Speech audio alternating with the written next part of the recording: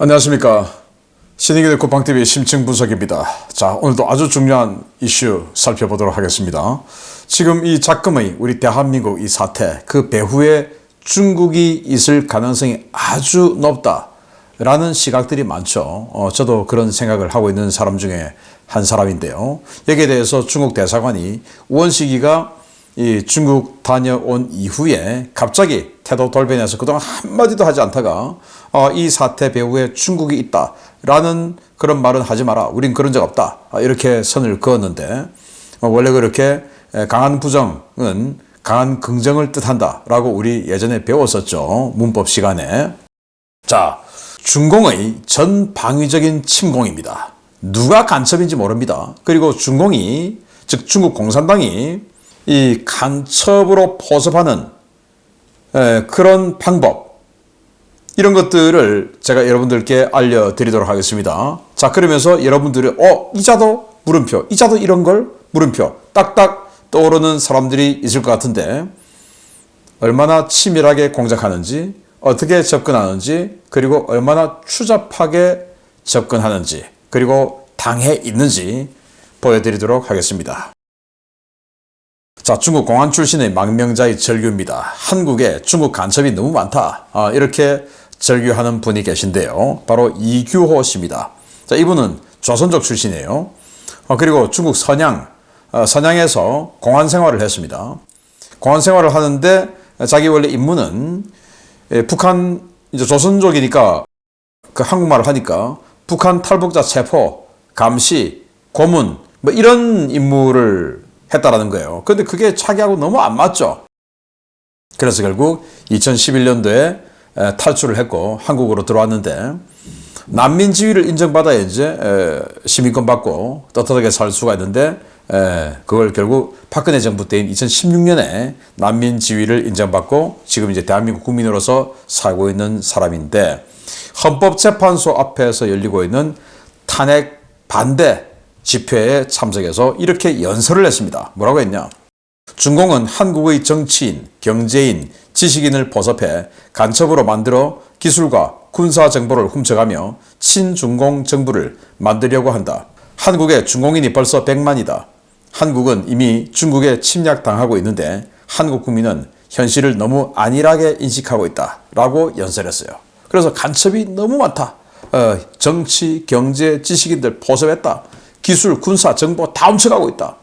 그런데 한국인들 너무 안일하다. 이렇게 경고를 했습니다. 자, 이 복장으로 나왔어요. 중국 공안 복장이에요. 그리고는 뭐 대통령님, 저는 대통령님 편입니다. 뭐 이런 피켓을 이렇게 두고 있다가 이 집회에서 연설까지 했던 사람이에요. 자, 이런 이야기 있죠. 자, 그리고 국정원 방첩국장 출신이 밝힌 중공 간첩 실태입니다. 그런데 있어도 못 잡는다고? 아니, 간첩이 있는데 왜 못 잡아? 매일신문, 요즘 뭐 매일신문 확 뜨고 있죠. 바로 세이브 코리아. 그 세이브 코리아 집회를 계속 후원하는 것 같아요. 제가 봤을 때. 그러면서 독점 중계 같은 거 하고 하는 바로 그 신문사인데, 매일신문은 대구를 기반으로 하고 있는 지역신문사인데, 요즘 뭐 이 정도 되면 전국적으로 명성을 떨치는 전국신문사로 되어도 무방하다라고 생각될 정도로 정말 훌륭한 신문사 같아요. 저도 이 매일신문 회장님의 초청을 받아서 대구 매일신문 본사에 가서 강연을 한 적도 있는데, 그때 뭐 저에게 정말 근사한 그런 그 선물도 글로 된 이 선물도 적어 주셨던 기억이 있습니다. 자, 이 매일신문 유튜브 방송 하는데 여기에 유창준 이라고 하는 전 국정원 방첩국장이 유튜브 방송에 출연해서 2월 10일이니까 얼마 전이죠. 이렇게 말했습니다. 왕하이진, 그러니까 동방명주 사장이에요. 과거 서울 한강변에 있던 그 중국의 비밀경찰서 역할을 했다고 했던 그 식당이었죠. 그 동방명주 사장 이름이 왕하이진인데, 이제 사실 왕하이진의 문제에 대해서는 다 밝힐 수 없다. 외교 문제도 있고, 잡은 확정을 바탕으로 사법 처리에 대한 확신이 있어야 국정원이 일을 할 수 있는데, 현행법 형법 98조 간첩죄가 사문화되어 있기 때문에 할 수 있는 일이 없다. 외교관 불법 행위는 추방하면 되는데 이 사람은 단순한 식당 주인이기 때문에 불법 행위를 포착해도 간첩죄로 처벌할 수 없다. 그래서 분명히 이자가 간첩 행위하고 비밀 경찰 행위하고 정보 취득하고 하는 거 다 지금 했는데 그걸 처벌할 수 있는 법적 근거가 없다 이거예요. 간첩죄가 외국에는 적용이 안 되고 오직 북한 관련한 정보를 넘겨주고 뭐 이렇게 되어야만 간첩죄지, 중국에 정보 넘겨주는 거는 간첩죄가 아니니까 그래서 처벌할 수 없다. 또 뭐 정보 다 가지고 있지만 이 외교 어차피 처벌할 수 없으니까 외교 문제가 될 것 같아서 밝히지 못한다라고 이야기를 했는데, 이 왕하이진이 동방명주가 비밀경찰서라는 게 밝혀지고 하니까 처음에 막 아니라고 하다가 사라졌었죠. 그러다가 올 초부터 갑자기 등장해서 새 중국 대사죠. 그 옆에 딱 붙어서 이렇게 이제 본격적으로 다시 행보를 시작하는데, 명동, 서울 명동에서 지금 허거 식당을 개업했다고 하는데 아마 거기가 다시 또 비밀경찰서 역할을 하는 전진기지가 되지 않을까라는 생각이 드는데요. 그럼에도 불구하고 저 같은 사람도 그렇게 판단하는데 이자를 처벌할 수 없는 게 대한민국 법이에요. 바로 간첩법 때문이죠. 그래서 그 간첩법 도대체 왜 그러냐? 이것에 대해서 매일신문 최훈민 기자가 그들의 유튜브 방송에서 이렇게 이야기를 합니다. 작년에 민주당 원내대표인 홍익표 의원도 나와서 이거는 무조건 통과시켜야 한다라고 했는데 법원 행정처에서 계속 반대를 했다. 왜 법원 행정처에서 반대를 하나 알아봤더니 송오섭이라는 심의관이 계속 딴지를 넣는다는 얘기가 들리더라. 그래서 이 사람 뭐지? 했더니 우리법연구회 출신이었다. 그때만 하더라도 우리법연구회가 이렇게 크게 유명하지는 않았는데 이번에 문영배부터 시작해서 이 문제가 발생하니까 이걸 부각해서 얘기했으면 탄핵 국민에서 사람들이 우리법연구회 간첩죄 이런 것들로 연결하지 않았을까 아쉬움이 든다. 이런 이야기를 했어요. 매일신문 기자가 이제 취재를 한 겁니다. 그래서 같이 아까 이 국정원 유창준 전 방첩국장하고 대화를 나눈 과정에서 그런 이야기를 했습니다. 그래서 간첩죄 너무 아쉽다. 그런데 작년 중반에 민주당 원내대표 홍익표도 이건 무조건 통과시켜야지 하고 합의를 했는데 진행이 안 돼. 도대체 왜 진행이 안 되냐? 여야가 합의를 했는데. 그래서 보니까 법원행정처, 국회가 아니고 법원행정처에서 계속 걸리는 겁니다. 법원행정처 누가 지금 딴지를 넣냐? 알아봤더니 송오섭이라는 심의관, 판사예요. 판사. 여기 있는 이 사람입니다. 그래서 저 사람 누구야? 알아봤더니 우리법연구회더라 이겁니다. 그래서 그때만 해도 우리법연구에 대해서 이 최원민 기자가 심각한 문제의식을 안 가지고 있었겠죠. 그냥 뭐 좌성향이구나 이런 정도로만 생각했는데 요즘 뭐 지금 대한민국을 완전히 뒤집는 그 세력이 다 우리법연구회 아닙니까? 그래서 참 지금 이 계엄 초기에 이렇게 연결했으면 더 좋았을 텐데 아쉽다 이런 이야기를 합니다. 그래서 간첩죄로 안 되는 거, 결국 나중에 이재명이 이제 공식적으로 간첩죄 이걸 외국인까지 확대하는 거 안 된다라고 선언해버렸죠. 그래서 이제 완전히 무력화되었고 그 얼마 후에 윤석열 대통령이 계엄을 선언해서 지금 여기까지 온 겁니다.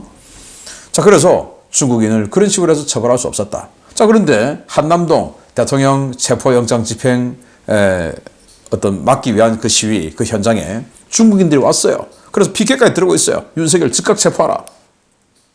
외국인이 우리 국내 정치 활동하면 됩니까? 바로 추방이죠. 그런데 가만히 놔둡니다. 자, 이 보이지 않는 손이 있겠죠? 정치권, 그리고 법원, 경찰 이런 곳에 중국의 지시, 지령을 받는 자들이 있지 않겠습니까? 어쩌면 이 송오섭이라는 판사, 뭐 알 수는 없지만 그 계속 이 중국인에 대한 외국으로 향한 이 정보 누설 이걸 간첩죄로 거부하고 있었다라고 하면 이 사람도 혹시나 포섭됐을 건 아닌가라는 의심을 합리적으로 할 수는 있겠죠. 뭐 그건 수사해봐야 알겠습니다만은 자 이런 식으로 여러 곳에 중국을 도와주는 이런 자들이 있다. 그게 간첩이든 아니든 어떻게든지 포섭이 되고 했을 거 아니겠습니까? 김정은도 야 중국인들 즉 조선족들 들어가면 조선족들은 거의 무방비 상태야. 그러니까 조선족 활용하면 좋잖아 라고 해서 2015년에 이미 김정은이가 노동당 중앙위원회 회의에서 교시를 내렸죠. 조선족 활용해라. 중국 동포들을 적극적으로 이용해 보겠다는 국가안전보위부 제안은 대남부서에서 다시 한번 검토해 볼 필요가 있다. 남조선을 자유롭게 여행할 수 있는 조건을 갖춘 중국 동포들을 이용하는 것은 그만큼 시간과 자금을 줄일 수 있는 방법이다. 왜? 간첩죄로 처벌 안 받을 확률이 높으니까. 자, 이 동방명주 제가 뭐 거듭 말씀드리지만 정말 기가 막히죠. 한강변에 배를 띄워서 식당을 만든다? 여러분들 이런 그 자격을 준다 그러면 정말 쌍수를 들고 환영을 하겠죠? 야, 얼마나 큰 특혜입니까? 한강변에. 예, 요즘 뭐 강만 좀 보여도 한강변에 있는 아파트 안 보이는 같은 단지라 하더라도 이 한강을 보이는 아파트와 안 보이는 아파트의 가격 차이가 엄청나다고 하는데 한강에다가 아예 배를 띄워서 개인 식당을 내준다. 이게 얼마나 지금 빼기 좋으니까 이런 짓을 했겠습니까? 그래서 뭐 당시 서울시장이 박원순이었으니까 뭐 그냥 그렇나 라고 생각할 수 있지만 이 식당의 허가가 서울특별시장이 내줬을까? 아니면 송파구청장이 내줬을까? 송파구청장이 구청에서 식당 허가 내는 거죠. 그럼 송파구청장은 지금으로 치면 국민의힘일 가능성이 높죠. 그리고 송파구에 가불병 뭐 이렇게 여러 지역구가 있지만 대부분의 상당수의 그러니까 과반수 이상의 국회의원이 국민의힘이죠. 그런데도 이렇게 된 겁니다. 그러니까 결국 이 중국의 간첩, 중국을 도와주는 보섭자들, 또 하수인들 이런 건 진보, 보수, 여야 안 가리고 다 그냥 있다 이 말입니다. 그렇지 않습니까? 야, 국민의힘인데 그래 설마 그랬을까? 천만의 말씀이죠. 돈에 그냥 뭐 여야가 어디 있고 진보, 보수가 어디 있습니까? 그냥 돈 주니까 그냥 다 그냥 사냥개처럼 따라가서 킁킁거리는 거죠. 자, 그러면 간첩이 어떻게 정관계에 접근하냐고? 자, 일단 국제적으로 드러난 중공의 공작 사례를 보겠습니다. 2008년도 영국의 고든 브라운 총리 수행원을 기밀 서류를 절취하는 사건인데 중국을 국빈 방문했어요. 고든 브라운 총리가. 그 브라운 총리의 고위 보좌관이 상하이에서 정상회담 직전에 중국 여성의 민기에 넘어가서 잠자리를 가졌어요. 잠자리를 가지고 깨보니까 그 여자는 가고 없고 자기 휴대폰이 사라진 겁니다. 그것도 업무용 휴대폰. 그 업무용 휴대폰 블랙베리 폰 안에 정상회담 자료가 다 들어있었던 겁니다. 우리 휴대폰 다 그런 거 할 수 있죠. 그래서 이런 것까지는 양보할 수 있고 이런 것까지는 요구해야 되고 하는 거 다 들어있는 겁니다. 그걸 절취당했어요. 미인계에 넘어가서. 자, 그리고 망명민주화 인사가 위장결혼 사건인데 중국의 민주화운동 천안문 그 사태 이후에 망명을 했어요. 그래서 미국의 모건 스탠리에서 재직 중인 류강이라는 사람에게 접근해서 금융회사 아닙니까? 중국 정보원이 접근했어요. 그래서 결혼을 했습니다. 결혼했는데 이 여자가 뭐 계속 뭐 좀 수상해.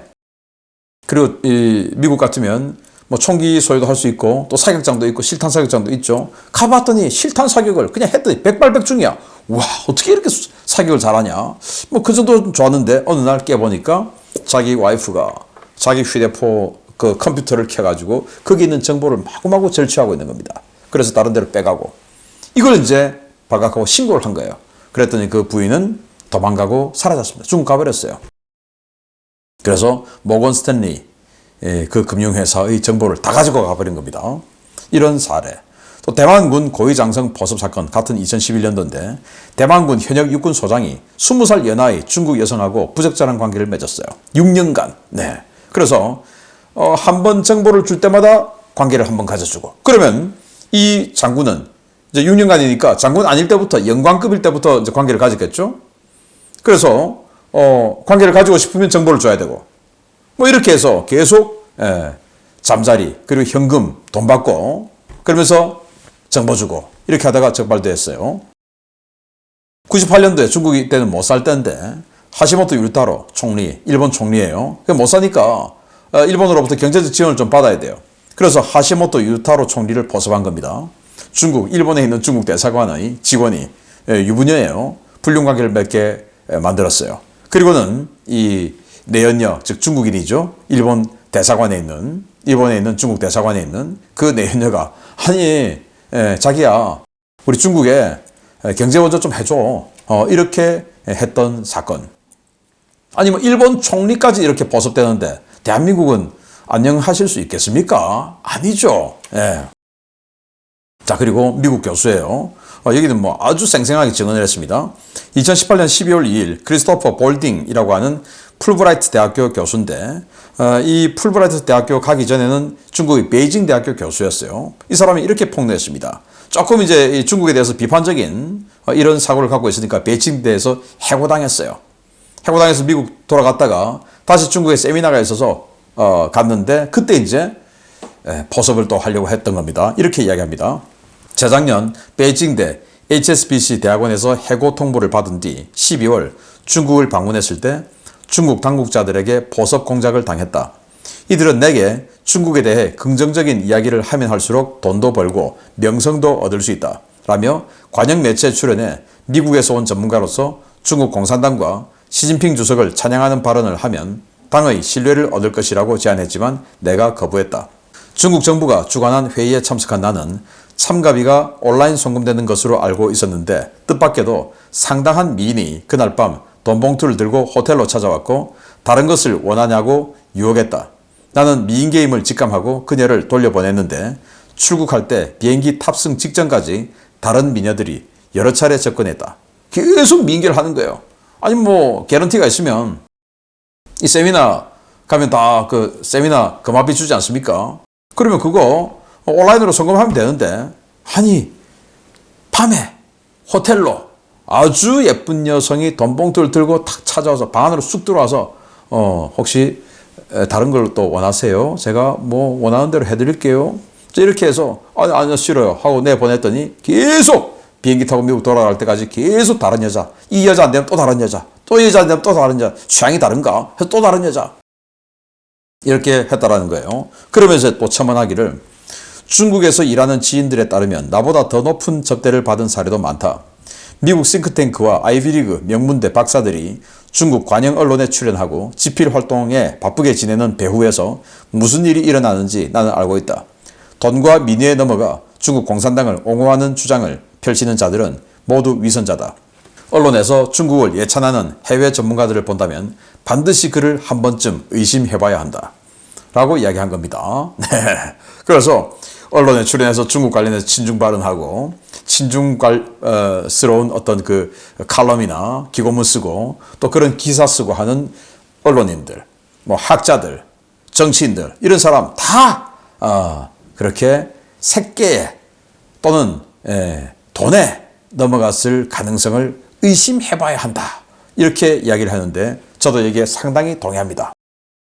그러면서 그 뭔 나라 이야기냐? 아니에요. 바로 우리 중앙일보에, 저는 이 중앙일보가 그 중국에 넘어갔을 확률이 가장 높다라고 저는 보는 사람 중에 하나인데, 왜냐하면 뭐 중국 기업 투자받은 JTBC 100억, 뭐 1000억 원 투자받고 막 그랬죠. 자, 그런데 중앙일보에 차이나랩이라고 하는 이 법인이 따로 있어요. 여기는 중국 관련해서만 계속 소개하는 그런 이 섹션인데 하나의 별도 법인입니다. 그런데 뭐 조회수도 많지 않고 누가 보는 사람도 별로 없어요. 그런데도 그 차이나랩 대표부터 시작해서 쫙 있어요. 저도 뭐 이런 거 운영해보지만 직원 몇 명이 있는데 이 직원 몇 명 월급 다 주려고 하면 참 힘들어요. 그런데 조회수도 얼마 없는 차이나랩을 수년간 2007년도부터 지금까지 계속 운영한다. 그것도 대표이사부터 시작해서 쫙 수십 명을. 도대체 얼마나 돈이 많길래 그 말은 중국에서 얼마나 돈이 많이 들어올까 하고 의심해 볼 필요가 있다라는 건데, 그 중앙일보가 이 논설위원 한 명이 이런 이야기 합니다. 결국 지정학적 위치 때문에 중국이 한국을 영향력 공작의 주요 대상으로 삼는 것은 필연이다. 그러니까 중국이 한국에 공작하는 거 필연이다 이거예요. 필연. 왜? 미국과 중국의 패권 경쟁의 딱 중간에 있는 비수 같은 지역이기 때문에 반드시 이걸 대한민국을 포섭해서 대한민국 전체를 중국의 방파제로 삼아야 된다 이거예요. 그래서 공작하는 게 필연이다. 요즘 중국이 한국에 뿌려놓은 공작의 마각이 조금씩 드러나고 있다. 그러니까 뭐 중앙일보가 만약에 중국에 포섭됐다면 중앙일보에는 전체가 다 포섭되지는 않았겠죠. 그 중에 포섭이 안 된 사람도 있겠죠. 아마 이런 분들, 김정하 논설위원이라는 분이네요. 뭐 이런 이야기까지 중앙일보에서도 할 정도인데, 그러면 또 내 주변에는 없나? 있습니다. 바로 저희 원고도 쓰고 하는 우리 편집국장, 저 대신 가끔 방송 진행도 하는 그 편집국장, 그 편집국장에게 접근했어요. 2018년, 19년 상하이에서 열리는 세미나에 좀 참석해라. 그러면 돈 많이 줄게. 2박 3일. 아니면 상하이 같으면 1박 2일만 갔다 와도 충분하고 당일치기 해도 되는데 2박 3일. 꼭 이제 시간 많이 가져서 거기 가서 뭔가 아까 같은 그런 색계 이런 것도 할 가능성이 있죠. 자, 뭐라고 했냐? 언론기고, 우리 국장이 이제 언론기고 많이 합니다. 그리고 유튜브 방송 잘 보고 있다. 아니 도대체 어디서 그런 정보를 얻나? 중국에서도 관심이 많다. 이번에 상하이에서 동북아시아 정세 관련 학술회의가 있는데 주최 측에서 패널로 초청하려고 한다. 2박 3일 일정인데 꼭 참석 바란다. 2018년에도 19년에도 2년 연속 이렇게 컨택이 왔어요. 안 갔습니다. 그리고 또 다른 지금 또 언론사를 통해서 또 지금 계속 컨택이 매년 들어오고 있어요. 우리 국장에게, 편집국장에게. 자, 이런 겁니다. 우리 한국의 기준에 봐서 굉장히 높은 이 세미나 참석 개런티도 준다라고 이야기하고, 그리고 왔다 갔다 왕복 항공료, 그 호텔비 다 대준다. 와라. 근데 세미나는 그냥 1시간만, 2시간만 하면 되는데 왜 2박 3일이냐. 여러 가지 이제 포섭할 수 있는 시간을 좀 두려고 하는 거겠죠. 자, 이렇게 작업이 들어온다는 겁니다. 자, 그래서 뭐 이렇게 이제 작업이 들어오기도 하고 또 그 작업 받는 게 좋아서 중국 가는 사람들도 많지 않을까. 한중 의원연맹 대표단 중국 방문해서 이렇게 회의하고 있는데 지금 한중 의원연맹 회장이 김태년 의원이라고 합니다. 이 김태년, 제가 며칠 전에 방송해드린 방송에서 김동식 6차례 한국에 들어왔던 간첩이죠. 그 김동식이 포섭하려고 했던 바로 그 사람, 이인영, 우상호 등은 직접 그 김동식이 만났었고, 그리고 김태년을 만났어야 되는데 만나기 전에 이제 체포가 돼서 못 만난 바로 그 김태년입니다. 여기가 이렇게 지금 의원연맹 회장으로서 중국 방문했네요. 물론 뭐 방문해서 반드시 그랬다는 건 아니고 개연성이 있다 라는 거 아니겠습니까? 왜 아까 그 미국의 볼딩 교수의 말대로 뭐 밤에 잠자면 일단 의심해봐야 된다, 그거 아니겠습니까? 자, 이런 식으로 포섭이 들어와서 뭐 예를 들어서 바이든 대통령의 아들인 헌터 바이든, 중국에 갔다가 그렇게 이제 미인계 공작, 색계 공작을 받아서 실제 잠자리를 가지고 그게 동영상 촬영됐다는 거 아닙니까? 그래서 2020년 대선에서 그 바이든 아들의 헌터 바이든, 그 중국에 포섭당하는 그 색계 동영상, 그거 뭐 공개되고 막 그랬지 않습니까? 그런 이 코가 꿰인 이런 정치인, 언론인, 학자들은 우리 대한민국에 한 명도 없을까요? 그런 판사들은 한 명도 없을까요? 그런 검사들은 한 명도 없을까요? 저는 우리나라는 결코 그런 것을 다 비켜갈 거야 라고 생각하는 것은 너무나 순진한 이야기다. 어쩌면 역사적으로 중국인들과 가장 많은 교류를 해왔던 국가의 국민으로서 그런 부분을 아주 자연스럽게 받아들였을 그런 가능성도 높다라고 생각합니다. 여러분들 어떠십니까? 그래서 친중에 먹힌 나라 중에 안 망한 나라 없어요. 1대1로 한 나라 중에 안 망한 나라 없죠. 파키스탄 완전히 망했죠. 스리랑카 쫄딱 망했죠. 지금 미얀마 완전 쿠데타 나서 내전하고 지금 난리가 났죠. 필리핀 1대1로 하다가 나라 완전히 망할 뻔 했다가 지금 이제 정권 바뀌어서 친미로 갈아타는 바람에 다시 지금 일어서고 있고, 이탈리아 G7 국가인데 1대1로 하다가 완전히 그냥 내려꽂다가 우파 정부 들어와서 1대1로 끊고 지금 다시 올라가고 있죠. 뭐 이런 겁니다. 그래서 뭐 또 라오스, 캄보디아 그냥 쫄딱 지금 망하고 있지 않습니까?